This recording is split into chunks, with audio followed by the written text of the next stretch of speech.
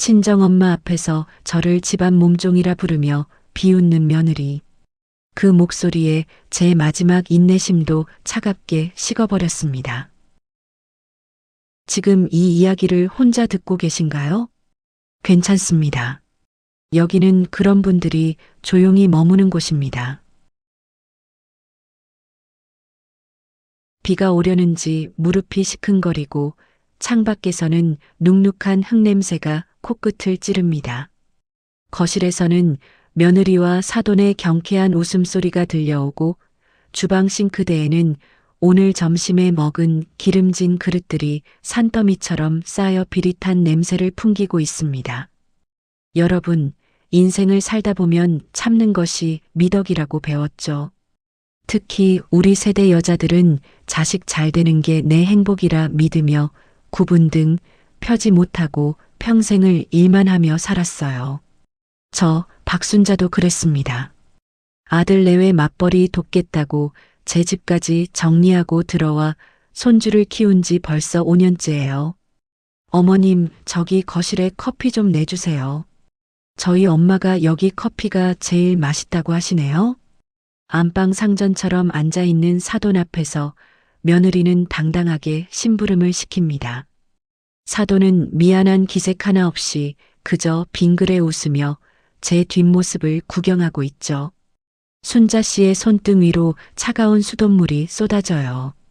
고무장갑 속 땀이 차올라 가려웠지만 그녀는 멈출 수가 없었습니다.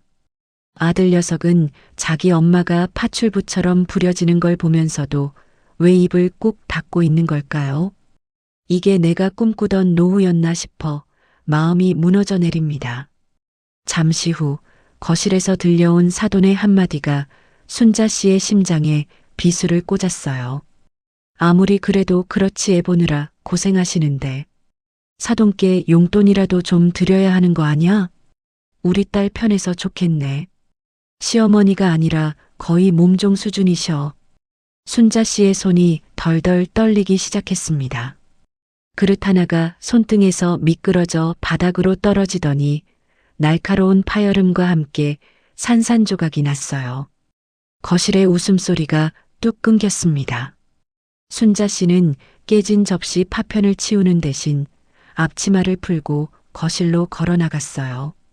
그리고 누구도 예상치 못한 물건을 식탁 위에 올려두었습니다. 거실 창틈으로 스며드는 바람에선 비린내 섞인 빗줄기 예보가 느껴지고 낡은 선풍기가 회전하며 내는 덜덜거리는 소리가 유난히 신경을 긁어요. 순자 씨의 코끝에는 방금 전까지 묻혔던 나물의 마늘 냄새가 진동하는데 거실에선 향긋한 헤이즐넛 커피 향이 감돌고 있습니다. 순자 씨는 젖은 손을 앞치마에 대충 문질러 닦으며 거실로 나갔어요. 식탁 위에는 사돈이 사온 화려한 케이크 상자가 펼쳐져 있고 며느리는 제 친정 엄마 입에 케이크를 넣어주며 깔깔대고 있었죠. 그 모습이 마치 한 폭의 그림처럼 행복해 보여서 순자 씨는 그 틈에 끼어들 자리가 없다는 걸 새삼 깨달았습니다. 어머님, 커피 아직이에요? 저희 엄마가 어머님이 타주시는 커피가 세상에서 제일 맛있대요.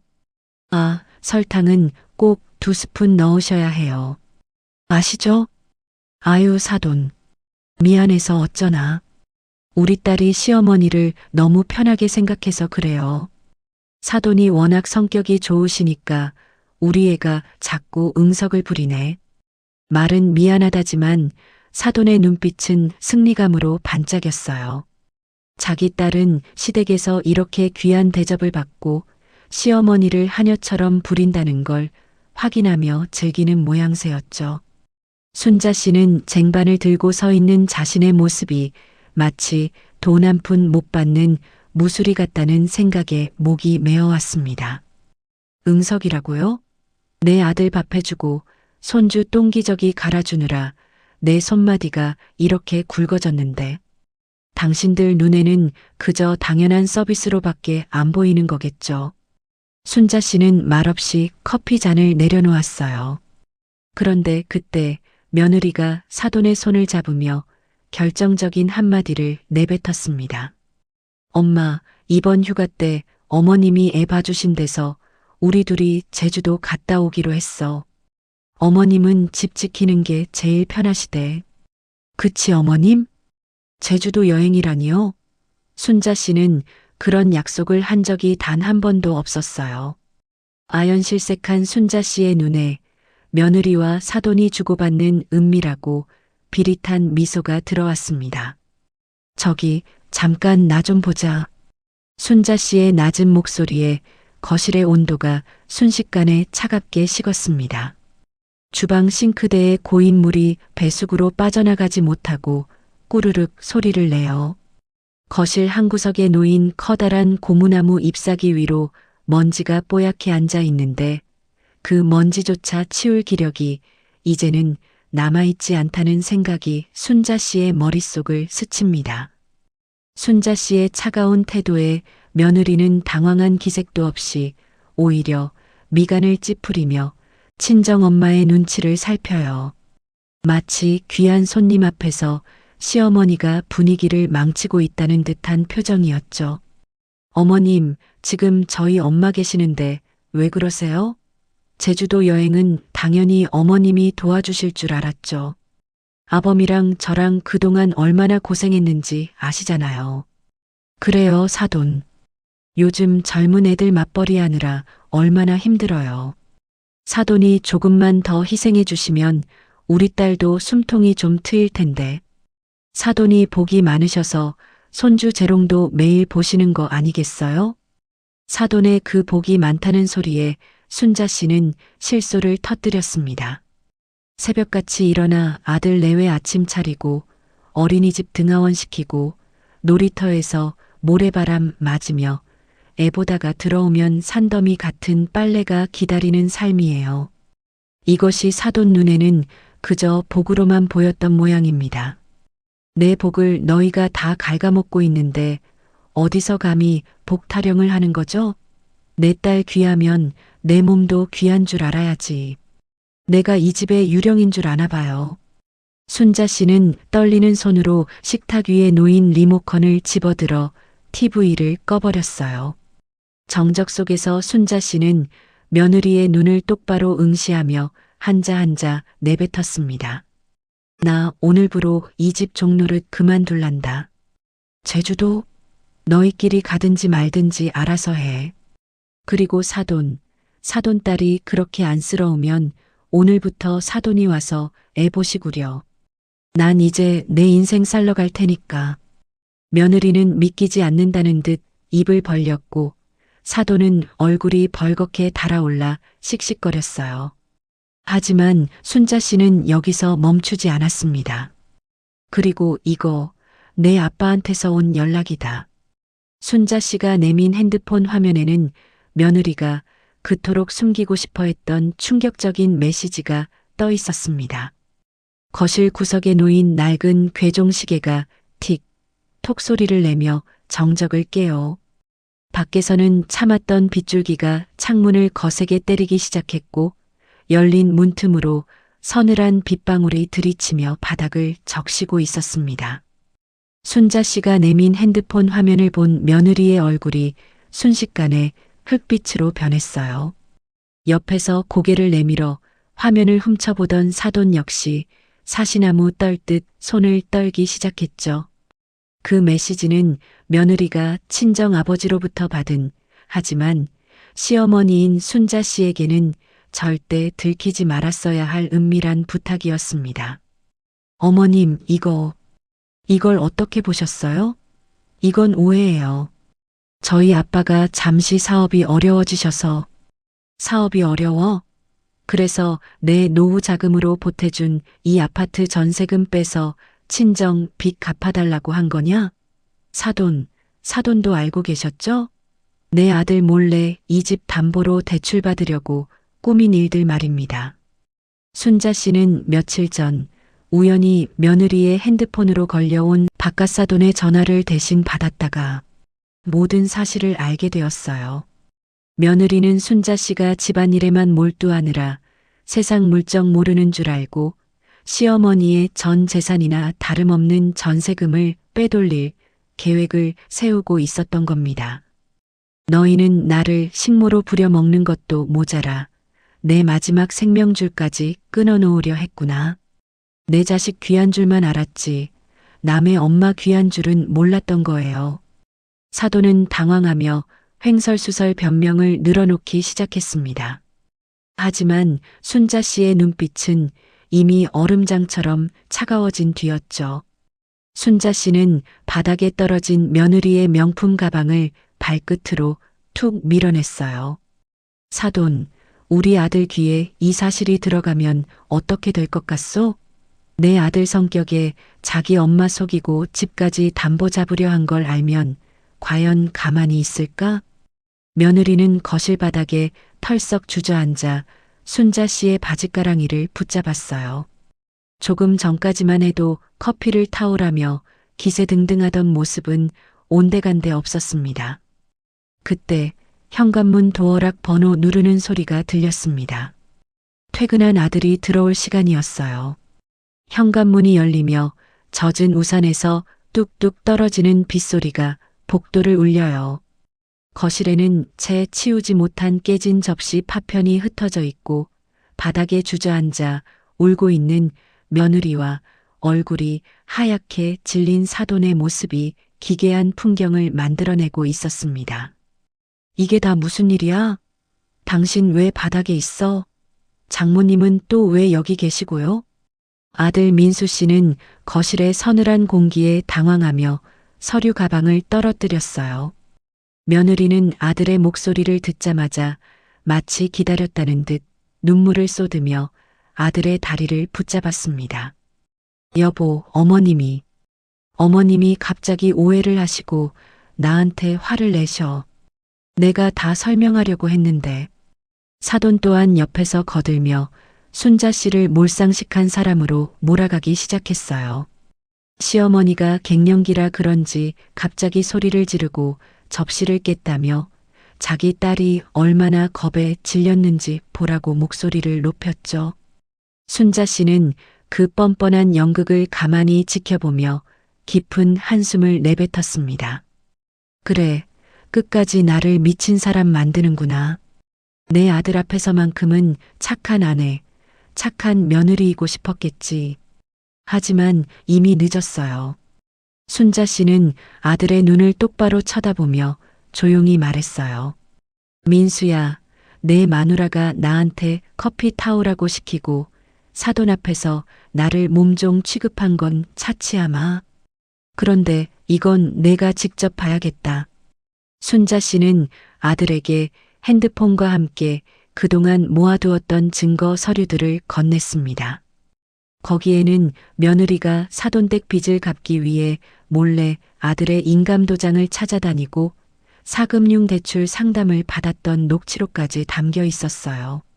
아들의 얼굴이 경악으로 일그러지기 시작했습니다. 당신, 이거 정말이야? 우리 엄마 고생시켜서 모은 전세금을 빼서 장인어른 빚을 갚으려고 했다고? 그것도 나 몰래? 아들의 목소리는 낮았지만 분노로 부르르 떨리고 있었어요. 그때 며느리가 최후의 수단으로 내뱉은 말이 순자 씨의 등을 돌리게 만들었습니다. 창밖의 빗소리는 더욱 거세져 마치 집 전체를 집어삼킬 듯 요란해요. 거실 천장의 형광등이 미세하게 깜빡이며 바닥에 흩어진 깨진 접시 파편 위로 차가운 빛을 반사하고 있습니다. 공기는 무겁고 비릿한 금속성 냄새로 가득 찼어요. 아들의 추궁에 막다른 골목에 몰린 며느리는 갑자기 울음을 멈추더니 도끼 어린 눈으로 순자 씨를 노려보며 소리를 질렀습니다. 그래요. 우리 아빠 사업 망해서 길바닥에 나앉게 생겼는데 그럼 내가 자식으로서 가만히 보고만 있어요? 어차피 이 집 나중에 아범이 상속받을 거잖아요. 조금 일찍 당겨 쓰는 게 뭐가 그렇게 큰 죄라고 이 난리를 치세요. 옆에 있던 사돈도 기다렸다는 듯 며느리의 편을 들며 순자 씨에게 삿대질을 했어요. 사돈도 너무하시네. 자식 키워놨으면 부모 노릇 끝난 거 아니오? 돈 싸들고 무덤 갈 것도 아니면서 그깟 전세금 좀 보태주는 게 그렇게 아까워요? 우리 애가 그동안 당신 수발 들며 산 건 계산 안 해? 순자 씨는 귀를 의심했어요. 수발이라니요. 아침부터 밤까지 손주 보고 살림하며 파출부처럼 산 건 순자 씨였는데 도리어 며느리가 피해자 코스프레를 하고 있었습니다. 아들 민수 씨는 머리를 감싸쥐며 괴로운 듯 신음했어요. 수발이라고? 내가 내 수발을 들었다고? 내가 내 아이 키우느라 무릎 연골이 다 닳고 손가락 마디마디가 비틀어지는 동안 너는 친구들 만나러 다니고 쇼핑하지 않았니? 내 눈엔 내가 사람이 아니라 그냥 움직이는 가구였던 거로구나. 민수야, 들었지? 이게 내가 평생을 약속한 여자의 본 모습이다. 그리고 사돈, 내가 무덤에 돈 싸들고 가려는 게 아니라 당신들 탐욕에 내 마지막 노후가 길바닥에 버려지는 꼴은 못 보겠소. 순자 씨는 미리 챙겨두었던 작은 가방을 어깨에 메었어요. 그리고 식탁 위에 집 열쇠와 아파트명의 이전 서류를 올려두었습니다. 이 집, 내 명의로 된 내 집인 거 잊었나 본데. 나 오늘부로 이 집 내놨다. 일주일 안에 비워라. 너희 친정 식구들하고 살든지 말든지 그건 너희 알아서 해. 며느리와 사돈은 얼어붙었어요. 순자 씨가 집을 팔아버린 줄은 꿈에도 몰랐던 것이죠. 하지만 그때 아들 민수 씨가 예상치 못한 행동을 하며 상황은 급반전되었습니다. 거실 바닥에 엎질러진 차가운 커피가 검은 얼룩을 만들며 번져나가요. 밖에서는 천둥 소리가 집을 울리고 며느리의 거친 숨소리와 사돈의 헐떡임이 뒤섞여 공기를 더욱 무겁게 짓누릅니다. 아들 민수 씨는 한참을 떨다 고개를 들었어요. 그의 눈에는 이전에 본 적 없는 서늘한 분노와 배신감이 서려 있었습니다. 그는 바닥에 주저앉은 며느리의 손을 거칠게 뿌리쳤어요. 당신 방금 뭐라고 했어? 우리 엄마가 무덤까지 돈 싸들고 갈 거냐고? 당신이 우리 엄마한테 밥 한 끼 제대로 차려준 적 있어? 퇴근하면 엄마가 차려준 밥 먹고 엄마가 빨아준 옷 입고 엄마가 키운 애 보면서 당신 어떻게 그런 말을 해? 여보, 그게 아니라 나는 우리 친정이 너무 급하니까. 입 닫아. 장모님도 마찬가지예요. 사위 집 와서 대접받으실 생각만 하셨지. 우리 엄마가 여기서 어떤 취급받는지 보면서도 즐기셨잖아요. 우리 엄마 당신들 몸종 아니에요.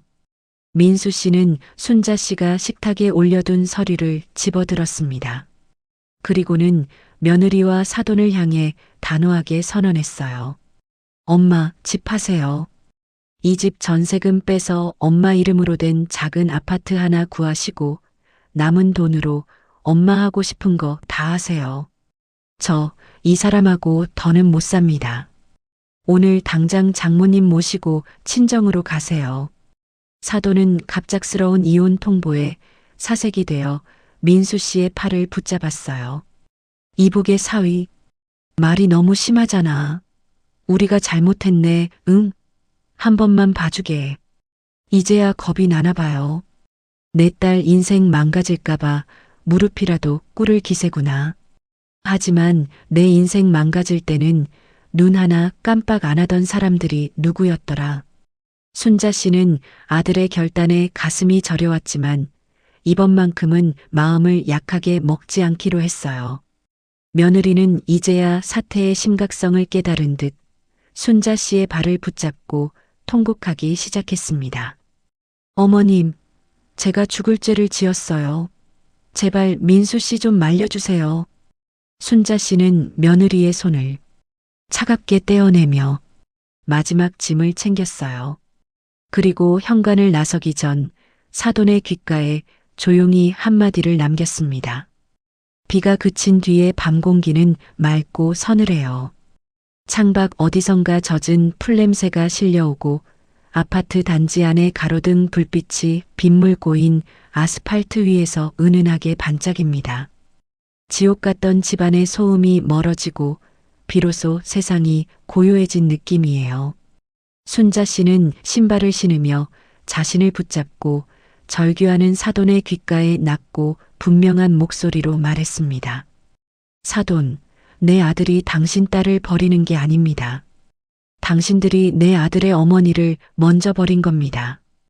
귀한 딸 몸종 취급받는 게 싫으시면 이제 당신 집에서 금지옥엽으로 직접 끼고 사시구려. 순자 씨는 뒤도 돌아보지 않고 현관문을 나섰어요. 아들 민수 씨가 따라 나와 순자 씨의 낡은 가방을 뺏어 들었습니다. 아들의 눈가도 붉게 젖어 있었어요.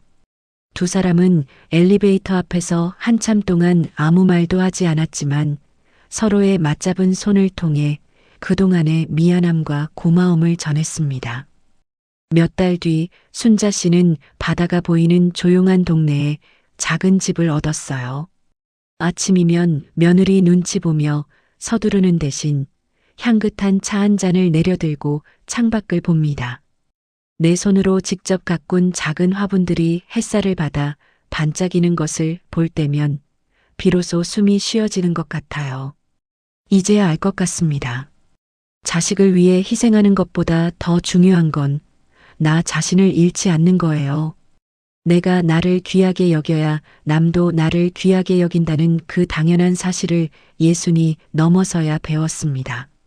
아들은 결국 이혼 소송을 진행했고 며느리와 사돈은 전세금을 빼돌리려 했던 증거 때문에 위자료 한 푼 제대로 못 챙긴 채 쫓겨나듯 이사를 갔다고 해요.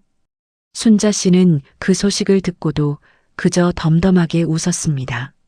누군가를 미워하는 마음조차 이제는 아까운 시간이 되었으니까요. 시청자 여러분, 혹시 여러분도 누군가에게 당연한 존재로 여겨지며 상처받고 있지는 않으신가요? 참는 것만이 능사는 아니에요. 때로는 나를 지키기 위한 용기 있는 결단이 필요합니다.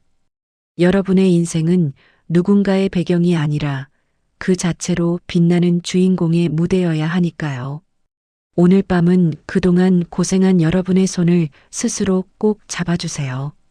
참 고생 많았다. 이제는 너를 위해 살렴. 하고 속삭여주면서 말이에요. 오늘의 비밀일기는 여기까지입니다. 당신의 마음 한구석에 묻어둔 이야기도 언제든 이곳에 들려주세요. 우리는 모두 누군가에게는 소중한 첫사랑이었고 단 하나뿐인 주인공이니까요. 여러분의 소중한 사연을 댓글로 남겨주시면 우리 동네 비밀일기가 대신 읽어드립니다. 오늘도 평안한 밤 되세요.